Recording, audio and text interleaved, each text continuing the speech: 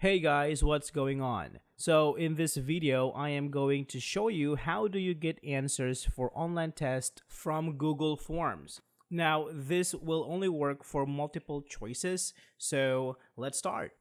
Now, I made a sample question here. So for this question, obviously the answer is 13. Now, if you want to check if this is the right answer, what you can actually do is right click on the page and click on View Source Page. So this is going to open up the source page of this form. Now, this may look a little bit messy, but if you scroll down, here in this part that says script, you can see the list of answers here.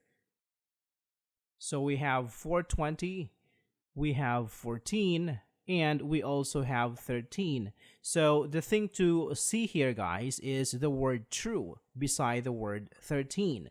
So this is going to give out the correct answer. So that's it for this video, guys. I hope this is helpful for you. Thank you for watching and see you next time.